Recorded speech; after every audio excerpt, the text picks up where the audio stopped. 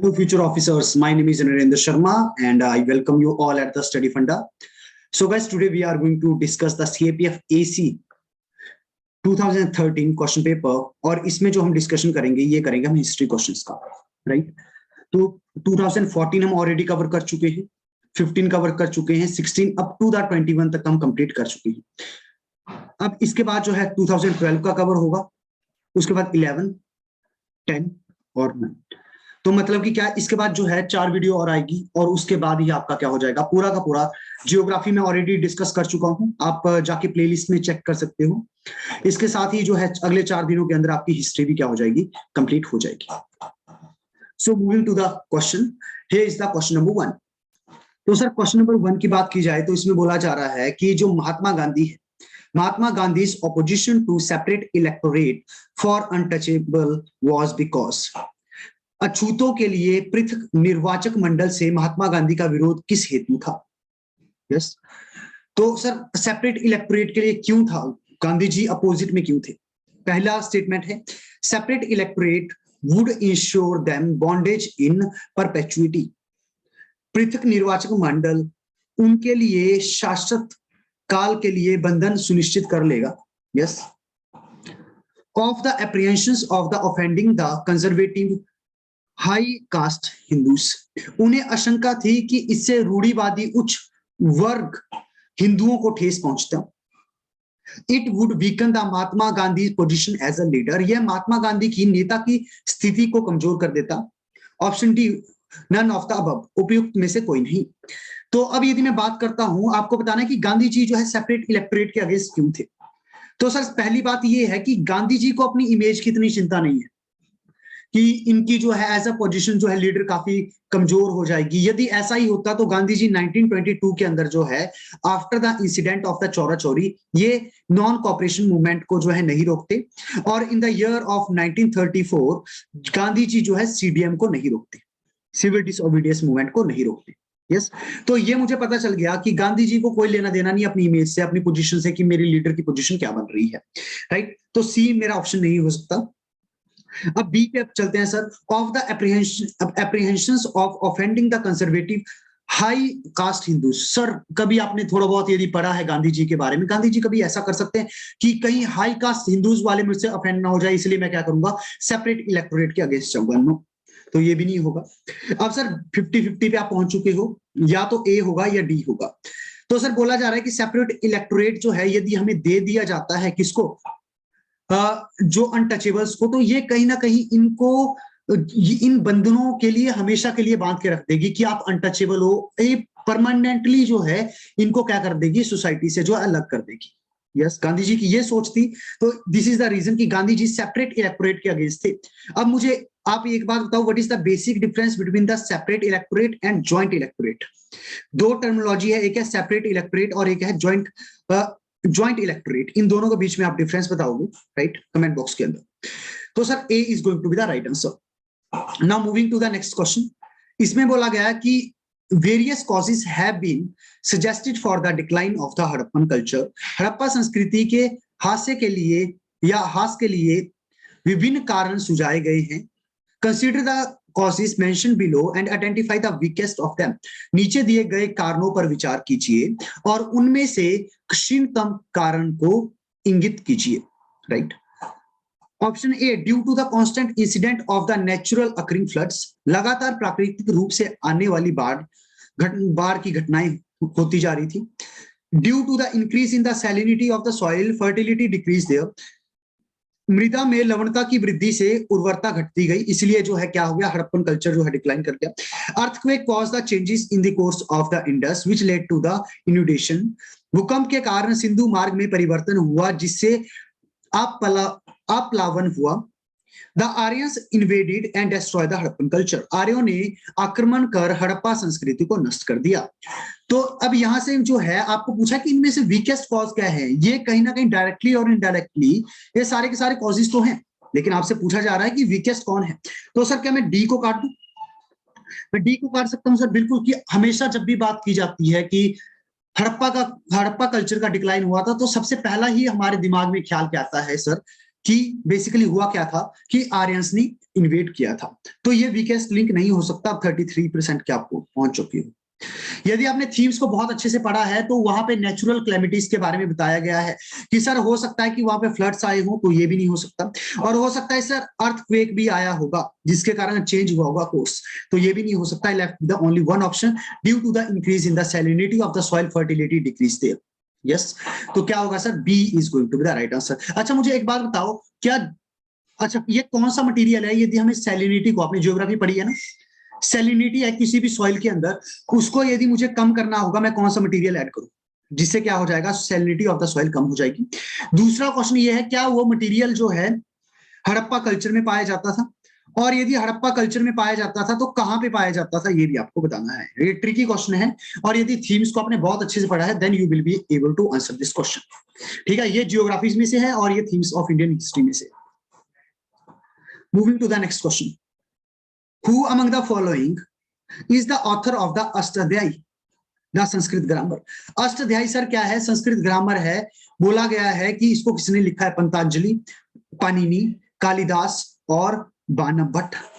Right. तो sir यदि मैं बात करूं किसके बारे में, तो इसका जो राइट आंसर होगा, यदि आपने पढ़ा है तो पता होगा, नहीं पढ़ा है तो नहीं पता होगा सर। पेन जो क्या होगा, जो पाणिनि होगा, इसका राइट आंसर होगा। यस। अच्छा आपको यह बताना है कि कालिदास का लिटरेचर कौन कौन सा है। नीचे कमेंट बॉक्स के अंदर मेंशन करना कि कालिदास का लिटरेचर कौन कौन सा है, उन्होंने कौन कौन सी चीजें जो है लिखी हुई है। ऑलरेडी मैं पिछली वीडियो में बहुत अच्छे से डिस्कस कर चुका हूं। उसके बाद अगला क्वेश्चन मेरा ये है कि बाणभट्ट ने सर क्या लिखा है? बाणभट्ट ने क्या लिखा है ये आपको बताना है। Now moving to the next question, which one among the following inscriptions was installed in the easternmost part of the Ashoka's territory? निम्नलिखित शिलालेखों में से कौन सा एक अशोक के राज्य क्षेत्र में पूर्वतम भाग में स्थापित किया गया था? तो सर यदि आपको थोड़ा बहुत जो आइडिया है तब जाके आप इसका आंसर कर पाओगे, अदरवाइज नहीं कर पाओगे। यस। तो सर देखो, भले हम किसके बारे में बात कर रहे हैं, भले हम बार्बर हिल्स के बारे में बात कर रहे हैं, मुझे पता है बार्बर हिल्स सर कहाँ पे है, कहीं छत्तीसगढ़ में होगी। धौली सर कहाँ पे है? उड़ीसा के अंदर है, यदि आपको पता है तो। ठीक है, तो सर ऐसे आपको क्या देखने को मिलेगा, शाशाराम माइनर रॉक एडिक्ट देखने को मिलेंगे, और लावरिया अराराज ये देखने को मिलेगा। तो इसका राइट आंसर यदि पता है तो आपको करना चाहिए, अदरवाइज जो है बिल्कुल छोड़ देना चाहिए। ईस्टर्न मोस्ट पूछा हुआ है सर, ईस्टर्न मोस्ट पे क्या आएगा? जो D is the right answer. क्या आएगा sir? D is the right answer. यहाँ पे आप देख सकते हो, यहाँ पे है धौली, धौली यहाँ कहीं देखने को मिलेगा, और उसके बाद जो है लौरिया राजा यहाँ देखने को मिलेगा। याद रखना है, यहाँ कहीं आपको क्या देखने को मिलेगा सर? यहाँ कहीं जो है आपको बाराबर की हिल्स देखने को मिलेगी। यस। तो ये सारे सारे जो है मैपिंग कर लेना कि जो है, और यहाँ पे देखो मेजर रॉक एडिक्ट कहाँ कहाँ पे थे। एक आपको मानसेर में देखने को मिलेंगे, क्रोनोलॉजी के लिए ध्यान में रखना, एग्जाम में पूछे गए। उसके बाद क्या देखने को मिलेगा? स्पाच घड़ी देखने को मिलेगा, उसके बाद कांधार देखने को मिलेगा, कलसी याद रखना, और उसके बाद आपको क्या देखने को मिलेगा? आपको देखने को मिलेगा लौरिया राजा, उसके बाद धौली देखने को मिलेगा, जोगोड़ा देखने को मिलेगा, सनथी इंपॉर्टेंट है, सोपरा इंपॉर्टेंट है, और यारागुड़ी इंपॉर्टेंट है। अब मैं ये क्यों बोल रहा हूं, ये बेसिकली हो सकता है एग्जामिनेशन के अंदर आपको नेक्स्ट टाइम के लिए क्रोनोलॉजी में दिया जाए, तो ये आपको जो है पता होना चाहिए। Moving to the next question, the prevalence of the grains in the Harappan sites indicate that. Harappa स्थलों में व्यापक रूप से अनाज का पाया जाना यह इंगित करता है, क्या इंडिकेट करता है? कि हड़प्पा जो है प्लॉट देयर फील्ड, ये हड़प्पा वासी अपनी खेतों में हल चलाते थे।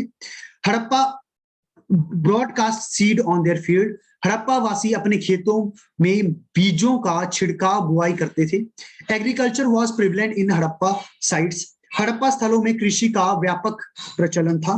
Trade in bulk items like a food grains were well established in the Harappan times, Harappa काल में खाद्यान्न जैसी थोक मर्दों में व्यापक सुस्थापित था। मित्रों काफी डिफिकल्ट है हिंदी, आई डोंट नो आप कैसे कर रहे हो। ठीक है, तो यदि मैं बात करूं किसके बारे में, तो सर यदि मुझे जो है ग्रेन्स मिले हैं, अनाज मिला है ना, तो सर अनाज कहां से आएगा? अब देखो यदि मैं बात करूं नेचुरल तरीके से क्या हो सकता है, नेचुरल तरीके से आपके जो है जड़ी बूटियां उग सकती हैं, पेड़ उग सकते हैं, लेकिन अनाज थोड़ी ना उगता है, उसकी तो एग्रीकल्चर करनी पड़ती है। तो सर यहां से मुझे ये पता चलेगा, यदि मैं कॉमन सेंस लगाऊं, देखो आपके मन में ये भी आ सकता है कि हाँ सर प्लो करेंगे फील्ड को तभी उसमें उगेगा ना, नहीं, लेकिन ऐसा भी तो हो सकता है कि छिड़काव करेंगे तब भी उग सकता है। यस तो ये दोनों ऑप्शन तो कॉन्ट्राडिक्टरी है 50-50, आप इनमें से किसी एक को क्लिक करोगे फंस जाओगे। यस तो सर सिंपल सी बात है, हम जर्नल कंटेक्स्ट में जाते हैं कि सर एग्रीकल्चर वहां पे थी, इसी कारण हमें क्या मिलता है, अनाज देखने को मिलता है। So C is going to be the right answer, C is going to be the right answer. तो सर यहां तक मैं उम्मीद करता हूं कि आपको बहुत अच्छे से जो है समझ में आ गया होगा। यस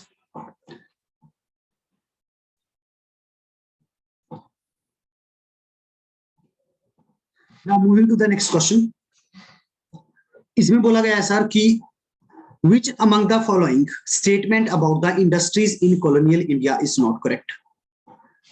कि कॉलोनियल इंडिया के टाइम पे जो है इंडस्ट्रीज के बारे में कौन सी जो है निम्नलिखित कथनों में से कौन सा एक औपनिवेशिक भारत में उद्योगों के बारे में सही नहीं है।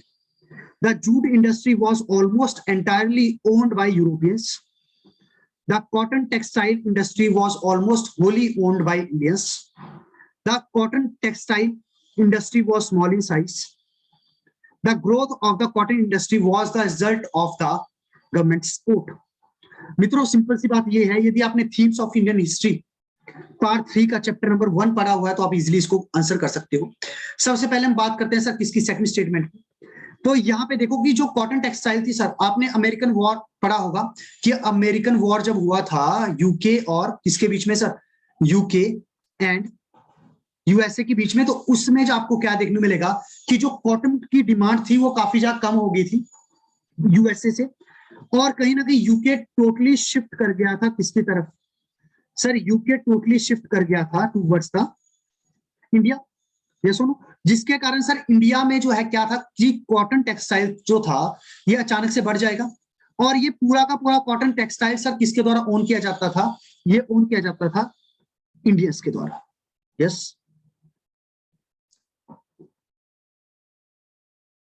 तो सर यहां से मुझे ये पता चल जाएगा कि सेकंड वाली स्टेटमेंट तो सही है। पूछा क्या गया है, नॉट करेक्ट, पूछा क्या गया है, नॉट करेक्ट, तो ये तो नहीं हो सकता।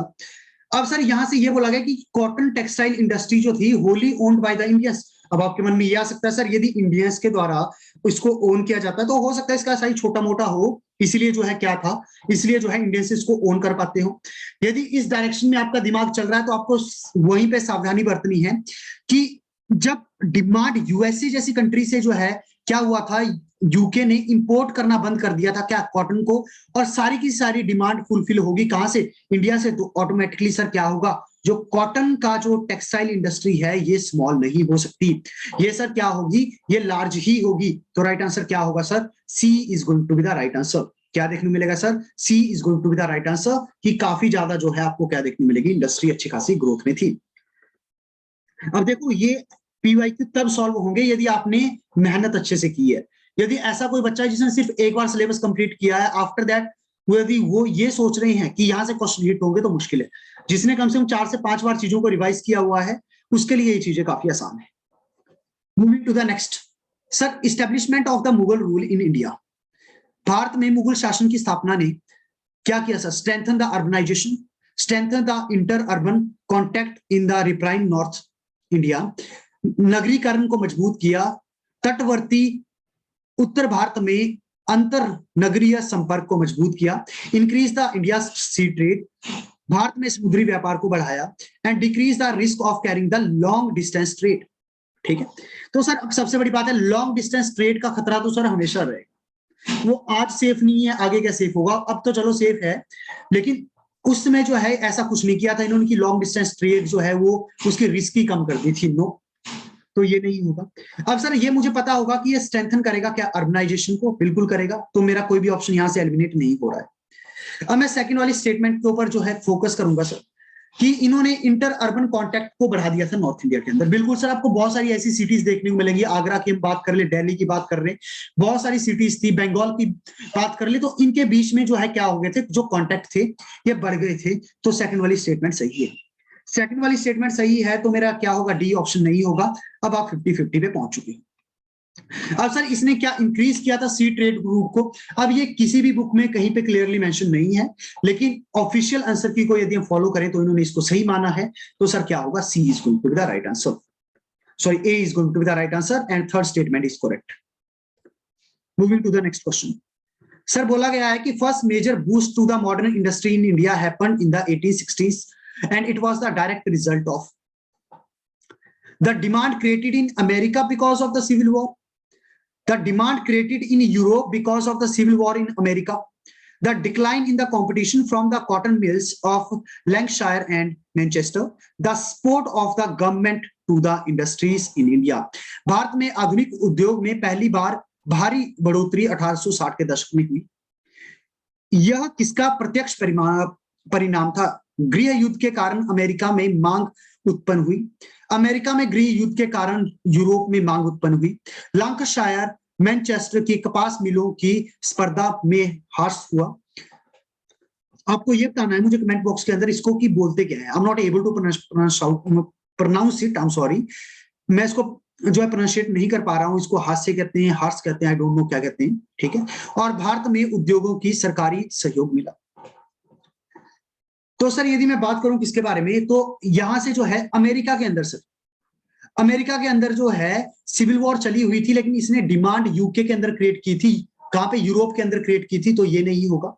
तो sir demand created in the Europe, यदि आपने फिर से थीम्स को अच्छे से पढ़ा है तो आप राइट आंसर तक पहुंच सकते हो। So B is going to be the right answer. Moving to the next question, significant difference between the Mahayana and Hinayana form of Buddhism lies in. बौद्ध मत में महायान और हीनयान प्रकारों के बीच में महत्वपूर्ण अंतर निम्नलिखित में से किस में स्थित है? Mahayana allowed for the transference of the merits, while in Hinayanas a person would only help another by example or advice. Mahayana में पुण्यों का अन्य रोपण हो सकता था, जबकि हीनयान में कोई व्यक्ति दूसरे व्यक्ति को मात्र उदाहरण और सलाह से ही मदद करता। Mahayana believe in Bodhisattvas while Hinayana did not. Mahayana Bodhisattva में विश्वास करते जबकि हीनयाना नहीं करते थे। Hinayana promote the idea of suffering saviours. Hinayana ने वेदना परितात्रा के प्रत्यय को संवर्धित किया। Mahayana pronounced the idea of Arhant and worthy. अब देखो सिंपल सी बात ये है कि महायाना क्या करेंगे सर? आइडियल वर्शिप को मानेंगे, बुद्धा को सबसे ऊपर कंसीडर करेंगे। यदि आपको एनलाइटनमेंट चाहिए तो बुद्धा को फॉलो करो। ये सुनो, हीनयाना क्या बोलेंगे सर कि सिंपल सी बात ये है, यदि आपको एनलाइटनमेंट लेनी है तो जैसे बुद्धा ने ले ली वैसे आप भी ले लो। बुद्धा भी एक ह्यूमन बीइंग थे, जैसे उन्होंने एनलाइटनमेंट ली हम भी ले सकते हैं, लेकिन उसके लिए हमें क्या करना पड़ेगा? साल्वेशन करना पड़ेगा। यस। तो सर अब यदि मैं बात करूं बोधिसत्वास की, तो बोधिसत्वा सर क्या होंगे? ये बेसिकली ऐसे हैं जो कि सर जिन्होंने चूज किया था हमें क्या चाहिए? हमें एनलाइटनमेंट नहीं चाहिए, हमें दूसरों की हेल्प करनी है। यस। और सर सबसे बड़ी बात यहाँ पे आपको क्या देखने को मिलेगी कि यहाँ पे हीनयाना ये सेवियर वेवियर के बारे में कुछ नहीं बताते थे। जैसे हिंदुइज्म में क्या होता है सर, यदि आपने थीम्स को बहुत अच्छे से पढ़ा है, चैप्टर 4 को अच्छे से पढ़ा है, तो उसमें ये वाला पैराग्राफ बहुत अच्छे से एक्सप्लेन किया गया था कि हिंदुओं में क्या होता है। हिंदुओं में ये चलता है कि जब जब धरती पे पाप बढ़ेंगे तब तक लॉर्ड विष्णु अपनी इनकारनेशन लेके आएंगे और दुनिया को जो है इस पाप से जो है सेव करेंगे। तो वहां पे गॉड को ऐसा सेवियर देखा जाता था, और same has been followed by the Mahayana. Mahayana का भी यही मानना था कि लॉर्ड बुद्धा ही सबको बचाएंगे, लेकिन हीनयाना का सर ऐसा कुछ नहीं था। तो इन्होंने प्रमोटेड नहीं, इन्होंने रिजेक्ट किया था। महायाना ने सर अरहंत और वर्दी, इन्होंने जो है पूज्य और अरहंत जैसे प्रत्यय को क्या किया था? प्रतिपादित किया था। नहीं, ये हीनयाना ने किया था। और वहीं पे बोधिसत्वास भी वहीं पे आपको हीनयानास के आसपास ही देखने को मिलेंगे, लेकिन हीनयाना में आपको थेरावादास देखने को मिलेंगे। थेरावादास के बारे में याद रखना, ठीक है। हीनयाना को कहा जाता है, इंपॉर्टेंट है। तो इसका राइट आंसर क्या होगा? ए राइट आंसर होगा। मूविंग टू द, तो ये क्वेश्चन हो गया। यस, अब हम नेक्स्ट क्वेश्चन की तरफ मूव करेंगे।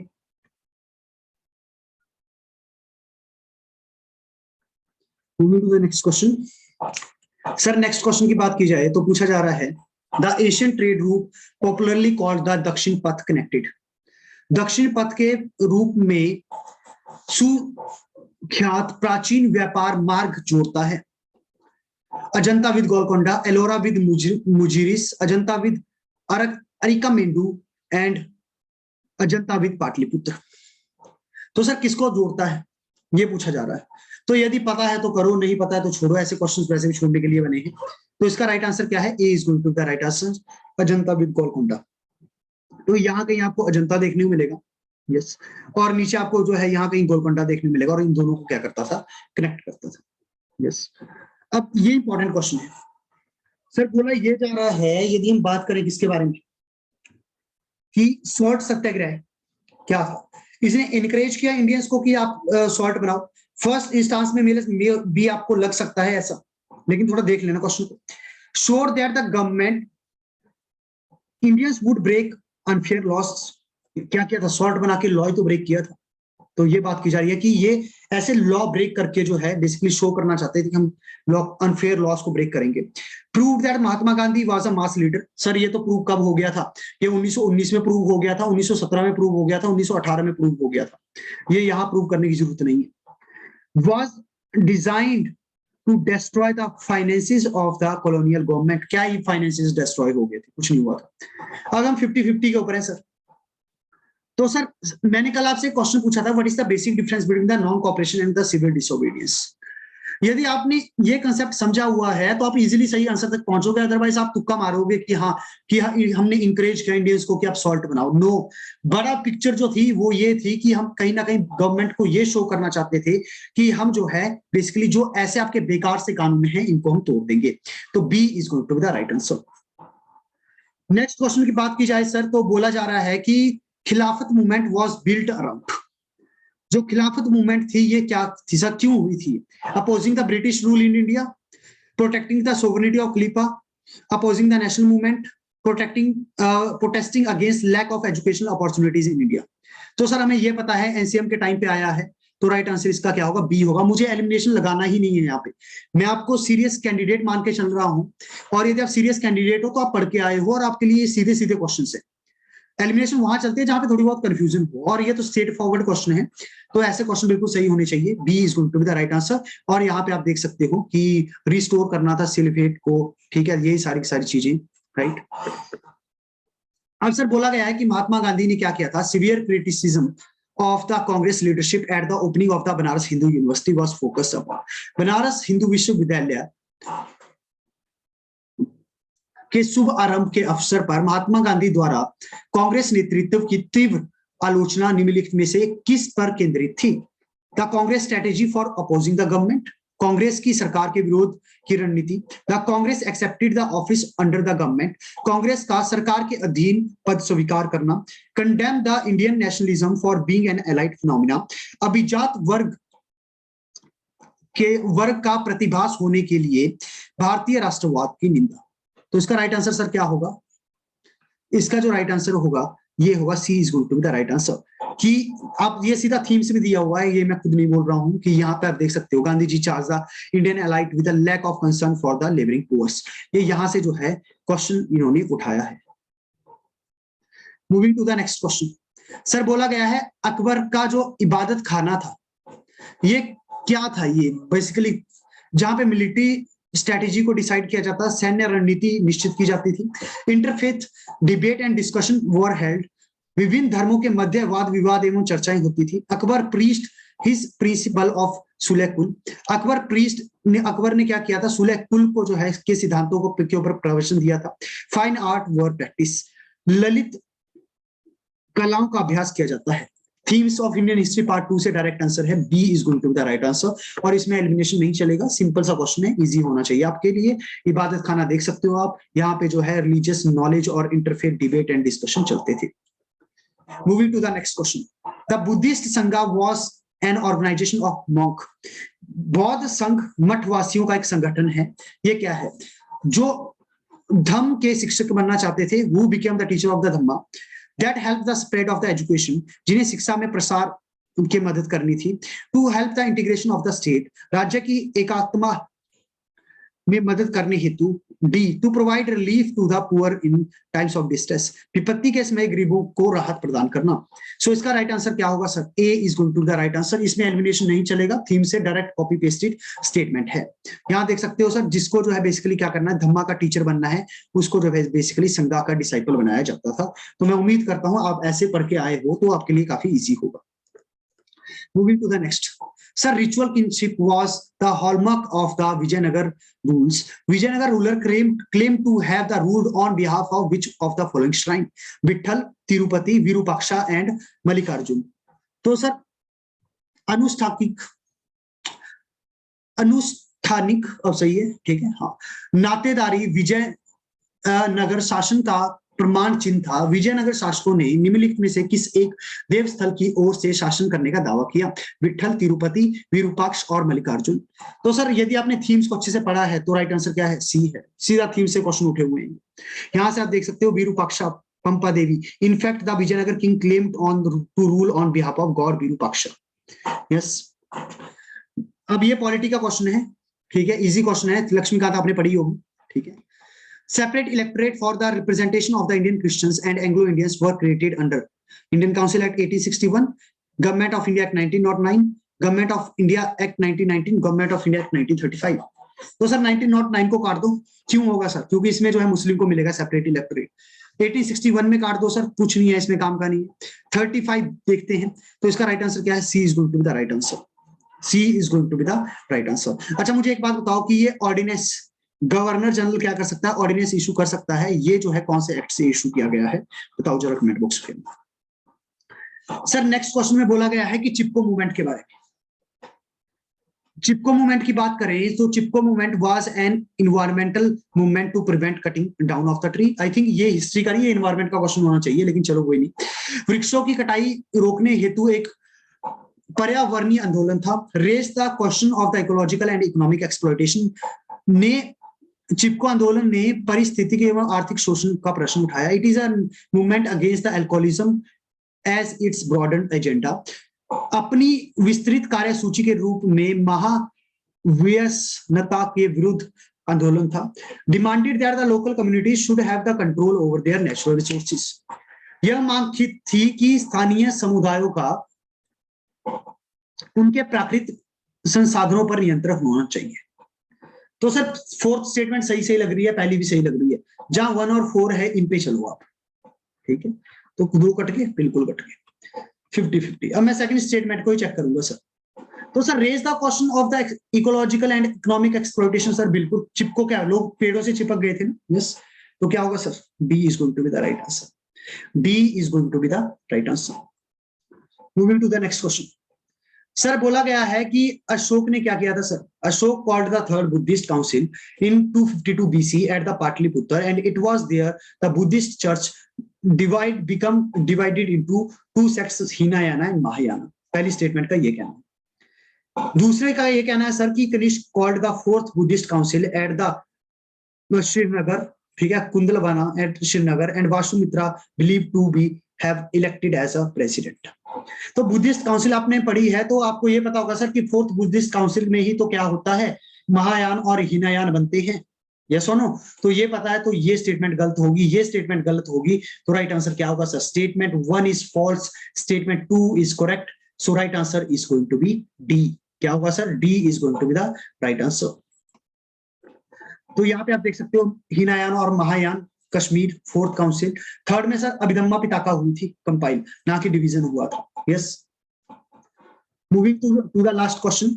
स्टेटमेंट 1 में बोला गया जजमानी system was one in which village artisans supplied traditional fixed quantity of their product to the peasants family in return of share in the harvest। कि जजमानी प्रथा वह थी जिसमें ग्राम के कारीगर कृषक परिवारों को फसल के हिस्से बदले में अपने उत्पादों की पारंपरिक रूप से नियत मात्राओं की पूर्ति करते थे। बिल्कुल जजमानी सिस्टम कुछ ऐसा ही देखने को मिलेगा कि ये बेसिकली जो है क्या था कि लोगों का आपस के बीच में ही जजमानी सिस्टम देखने को मिलेगा। यहाँ पे हायरार्की कुछ नहीं आती थी। तो स्टेटमेंट 1 सही है, यदि पढ़ा है तो अच्छी बात है, नहीं पढ़ा है तो थोड़ा बहुत समझ लो। Jajmani system was a system of the Jotedars, मतलब rich and the Bargadars sharecroppers. नहीं, रिच फार्मर और ऐसा कुछ नहीं था, शेयर क्रॉपर्स इनके बीच में नहीं था। तो स्टेटमेंट 2 क्या है? गलत है। तो क्या होगा? C is going to be the right answer. तो इसी के साथ जो है ये वीडियो यही पेंड होती है और मैं उम्मीद करता हूँ आपको वीडियो अच्छी लगी होगी। वॉइस की क्वालिटी दिन प्रतिदिन इनहेंस हो ही रही होगी। मैं उम्मीद करता हूँ अब आपको कोई भी दिक्कत नहीं आ रही होगी। इसी के साथ जो है इस वीडियो को मैं यही पेंड करता हूँ। I hope you enjoyed the video. Thank you so much.